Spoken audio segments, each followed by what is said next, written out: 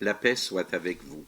Alors aujourd'hui, nous entreprenons de voir les 5 grands portraits qui sont donnés de la part de Jésus. Alors ces portraits représentent une richesse fondamentale parce que les 4 premiers qui sont donnés par Jésus lui-même nous instruisent au sujet de sa mère.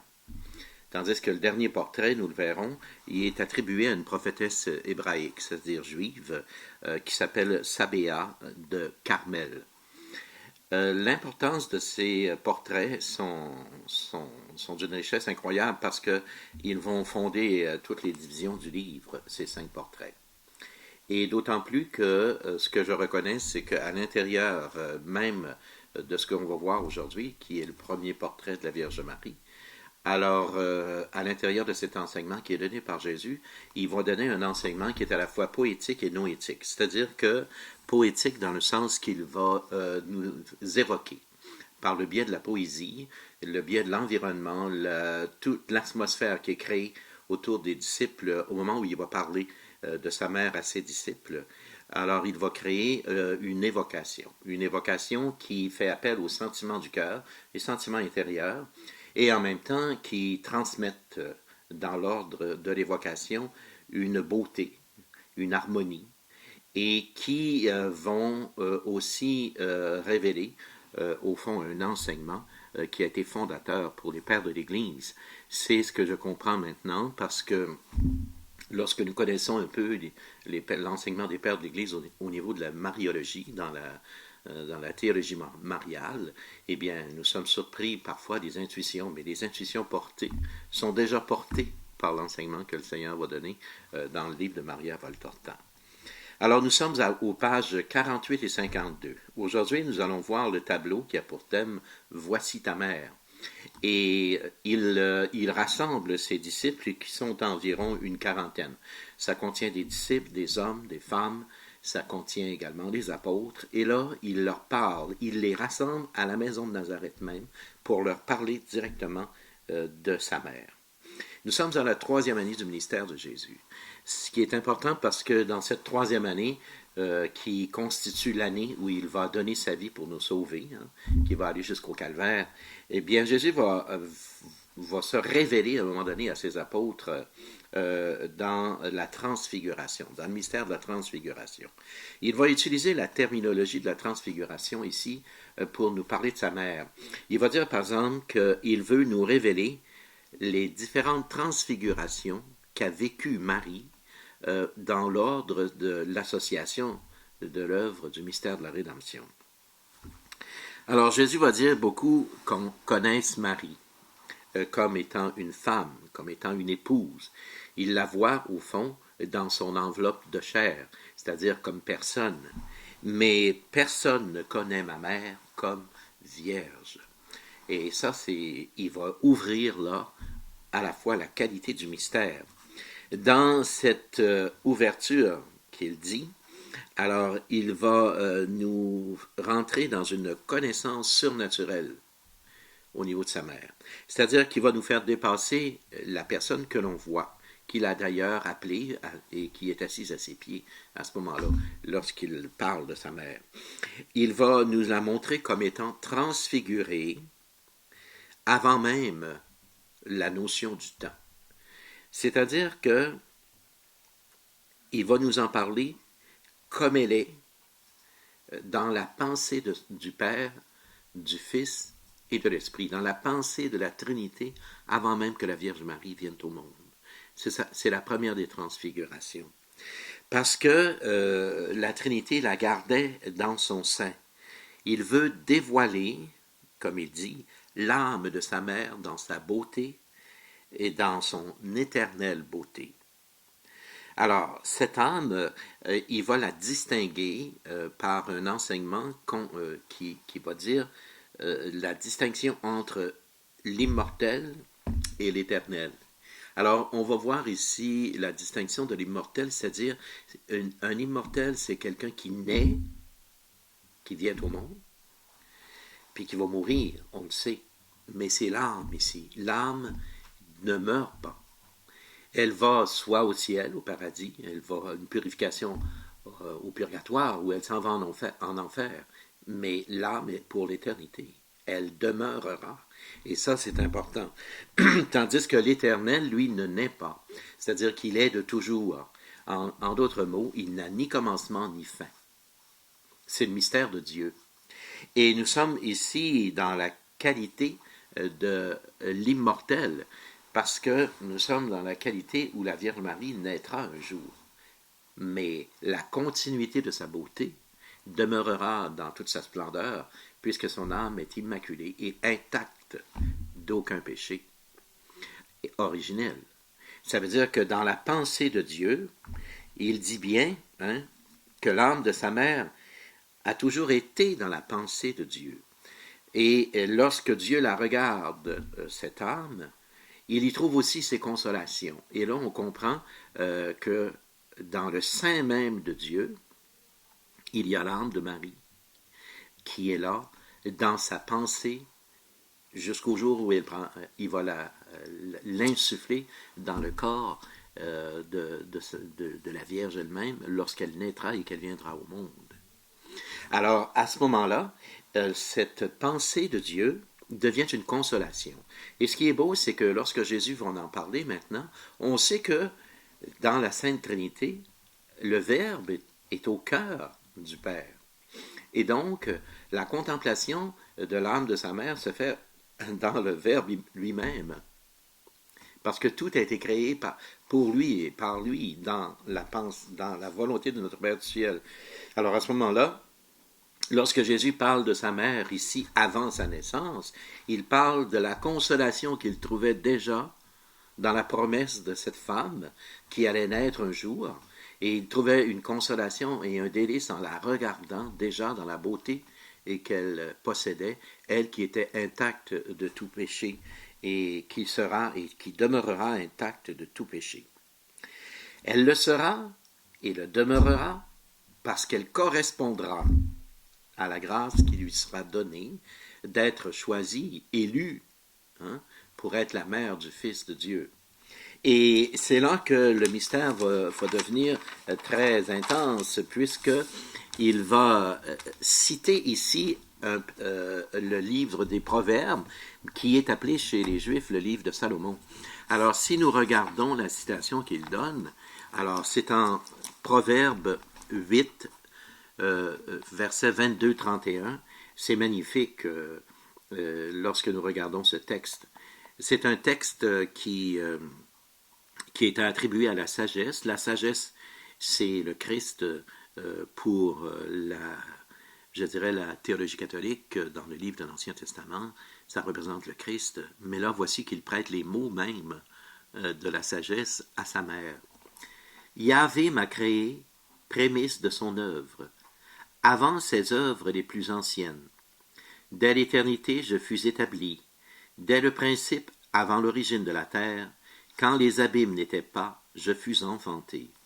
Quand n'étaient pas les sources aux eaux abondantes, avant que fussent implantées les montagnes, avant les collines, je fus enfanté.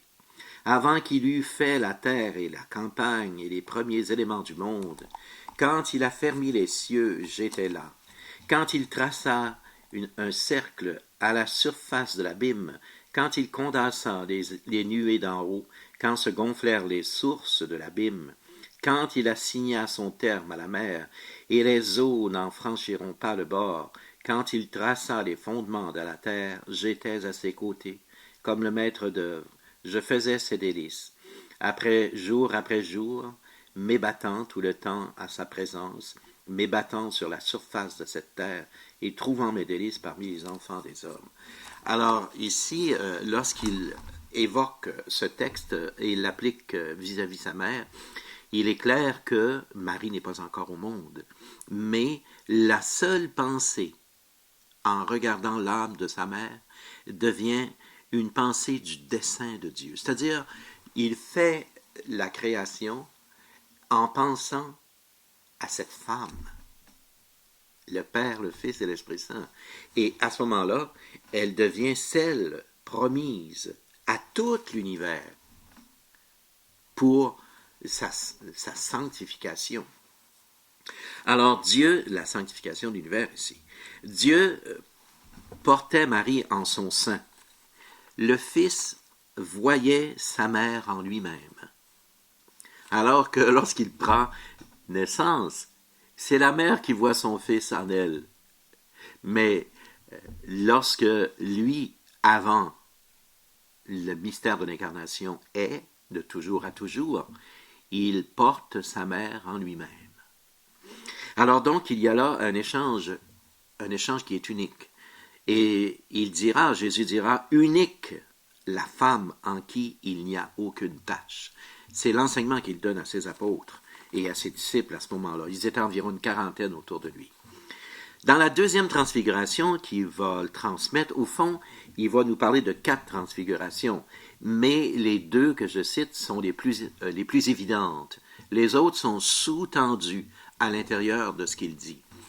Alors, dans la deuxième transfiguration de Marie, il s'agit de l'élu de Dieu, c'est-à-dire comment Dieu, dans le mystère de sa pensée qu'il a voulu, tel qu'il l'a voulu, l'âme de Marie, comment au moment de l'incarnation, ça deviendra la réalisation, c'est-à-dire la grandeur de la raison pour laquelle Marie existe et que Marie est et que Marie a été dans la pensée de Dieu. Alors, il fera approcher sa mère, puis il va lui demander de le dire. De le dire. Qu'est-ce qu'elle a répondu à la voix de l'ange lorsqu'il lui a parlé, portant ici le message du Père, du Fils et de l'Esprit. Et elle répondra, « Voici la servante du Seigneur, qu'il me soit fait selon ta parole. » Alors la parole, ici, elle est éternelle, puisqu'il s'agit de la parole de Dieu.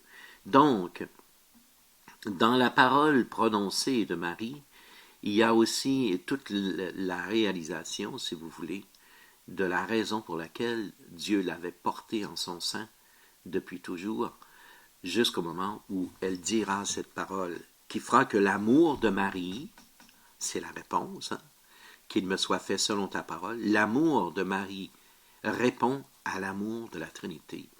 Et en réponse, il y a ce fait unique dans l'histoire du monde. Cette réponse l'établit en correspondance à la volonté de Dieu, l'établit comme mère de Dieu, mère du Fils de l'homme. Alors, à ce moment-là, les 2 sont unis, les 2 réponses sont unies, qui va donner la chair de Jésus. Et lui qui est le Fils du Père deviendra le Fils de Marie.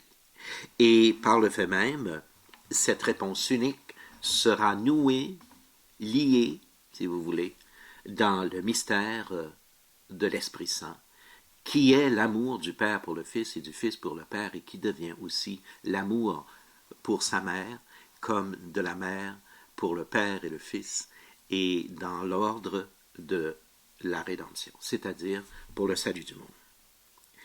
Alors, nous avons aussi des citations données par Jésus qui donnent dans le livre de Jérémie 31, 21, 22. Il dira, la promesse faite à Jérémie, « Une femme enfantera l'homme en elle. » Voyez-vous, c'est Jérémie qui dit ça.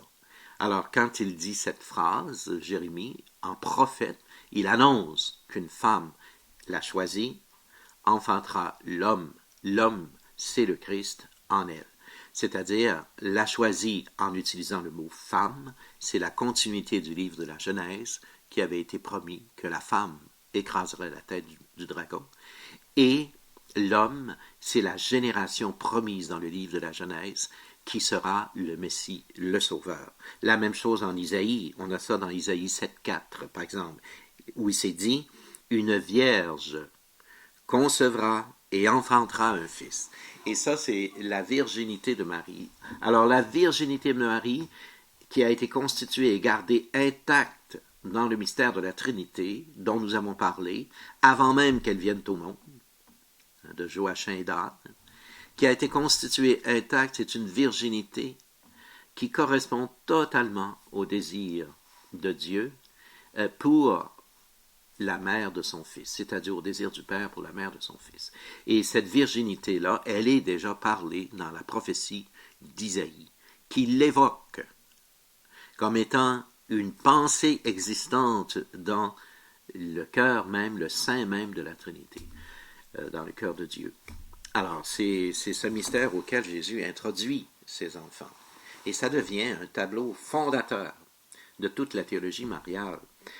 Alors, et en résumé, on pourrait dire que le contenu de ces pages que nous venons de dire, dans le livre ici de Maria Valtorta, dans le premier portrait, alors, il y a 4 transfigurations de Marie énoncées. La première, Marie apparaît comme elle existe dans l'esprit et le cœur de Dieu de toute éternité, avant d'être née dans la chair. Le deuxième portrait consistera en Marie, pas le deuxième portrait, mais la deuxième transfiguration. Alors, Marie, au moment où le Fils de Dieu vient en elle dans le mystère de l'incarnation. Le troisième, vous l'avez deviné, c'est Marie au calvaire. Ça nous sera explicité plus tard. Et le quatrième, enfin, Marie, suggérée dans la glorieuse Assomption qu'elle connaîtra, en correspondance à la réalisation de tout son être de chair, vierge, pure et mère du Rédempteur. Donc, je vous bénis et je vous souhaite une prochaine lecture. Nous verrons le deuxième portrait à la prochaine séance.